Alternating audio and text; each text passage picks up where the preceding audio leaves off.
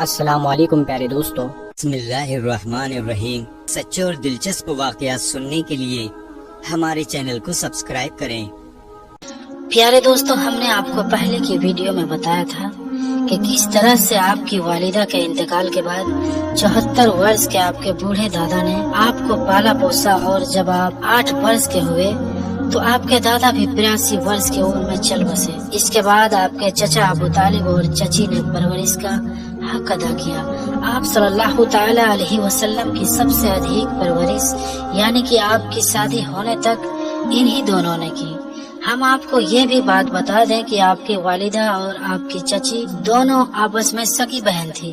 پیارے دوستوں، جب آپ صلی اللہ تعالی علیہ وسلم کی عمر مبارک 10 سے 12 سال کی ہوئی تو آپ کے چاچا ابو طالب آپ کو اپنے ساتھ لے کر پہلے تجارتی سفر کے لیے ملک شام کی طرف روانہ ہوئے۔ جب آپ ملک شام کے بارڈر پر پہنچے تو وہاں پر ایک عیسائی راہب نے اللہ کے نبی کو پہچان لیا کہ یہی اللہ کے آخری نبی ہے۔ اس لیے اس نے ابو طالب کو مشورہ دیا کہ اس بچے کو ملک شام میں ساتھ لے کر نہ جائیں، کیونکہ اس کو وہاں پر یہودیوں سے خطرہ ہے، کہیں وہ اس کا قتل نہ کر دے۔ تو یہ سن کر ابو طالب نے پیغمبر محمد صلی اللہ تعالی علیہ وسلم کو کسی شخص کے ذریعے سے واپس مکہ بھیج دیا۔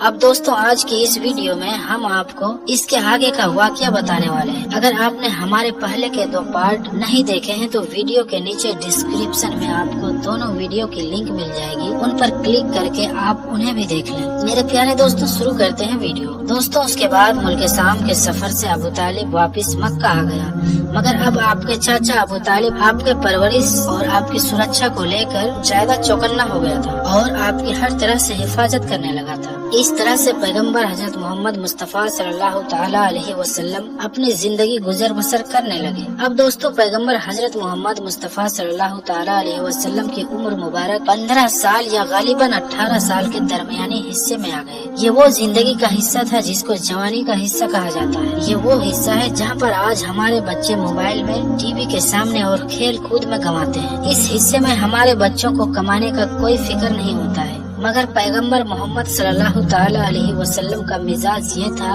کہ اس عمر میں آپ نے بکریاں چرائی۔ اللہ کے نبی صرف اور صرف اپنے چاچا ابو طالب کے بھروسے نہیں رہنا چاہتے تھے، وہ اللہ پر بھروسہ کرتے ہوئے اپنی زندگی گزار رہے تھے۔ حالانکہ آپ کا چچا ابو طالب آپ کی ہر خواہش کا خیال رکھتا تھا، لیکن پیغمبر محمد صلی اللہ تعالی علیہ وسلم خوددار تھے اور آپ اپنے قدموں پر کھڑا ہو کر اپنی زندگی گزارنا چاہتے تھے۔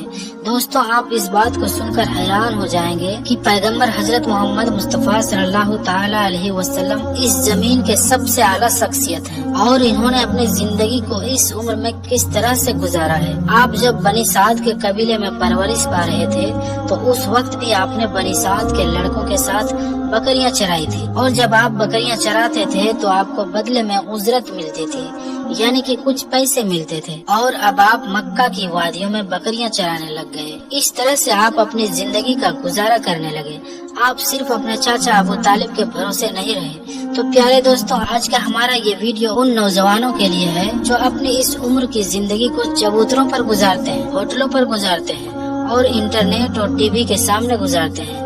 ایسے لوگوں کو دیکھنا چاہیے کہ اللہ کے نبی صلی اللہ تعالی علیہ وسلم نے اپنی اس عمر میں کس طرح سے گزارا ہے۔ آپ نے اپنے خودداری کا ثبوت اپنی امتی کو دیتے ہوئے اس عمر میں آپ نے بکریاں چرا کر اپنے زندگی کا گزر بسر کیا۔ پیارے دوستوں، آج ہمارے آس پاس ایسے نوجوان ہیں جو کچھ کام کرنا نہیں چاہتے ہیں، اور جب ان سے پوچھا جاتا ہے کہ آپ کام کرنا کیوں نہیں چاہتے ہو تو کہتے ہیں کہ میں تو بدیش میں جانے کا انتظار کر رہا ہوں، میں تو سعودی یا دبئی جانے کا انتظار کر رہا ہوں، میری جب ویزا آ جائے گی تو میں وہاں پر جا کر کام کروں گا، مجھے یہاں پر کام کرنے میں شرم آتی ہے۔ تو دوستوں، ایسے لوگوں کو یہ سوچنا چاہیے کہ پیغمبر حضرت محمد مصطفیٰ صلی اللہ تعالی علیہ وسلم سے بڑھ کر اس دنیا میں کسی کی عزت نہیں ہے۔ انہوں نے جب بکریاں چرا کر اپنی زندگی کا گزر بسر کیا تو پھر ہم کام کیوں نہیں کر سکتے؟ کسی کی محتاجی سے بچنے کے لیے، خودداری کے لیے اگر ہم کو ٹھیلا بھی چلانا پڑے یا کسی کے یہاں پر مزدوری بھی کرنا پڑے تو ہمیں کرنی چاہیے۔ حلال کمائی کرنے میں ہمیں شرم نہیں کرنی چاہیے۔ دوستوں، آپ کو معلوم ہے کہ عبد المطلب کا گھر پورے عرب میں مشہور تھا۔ وہ عبد المطلب جو قریش کا سب سے بڑا سردار تھا، آج اسی عبد المطلب کا پوتا مکہ کی وادیوں میں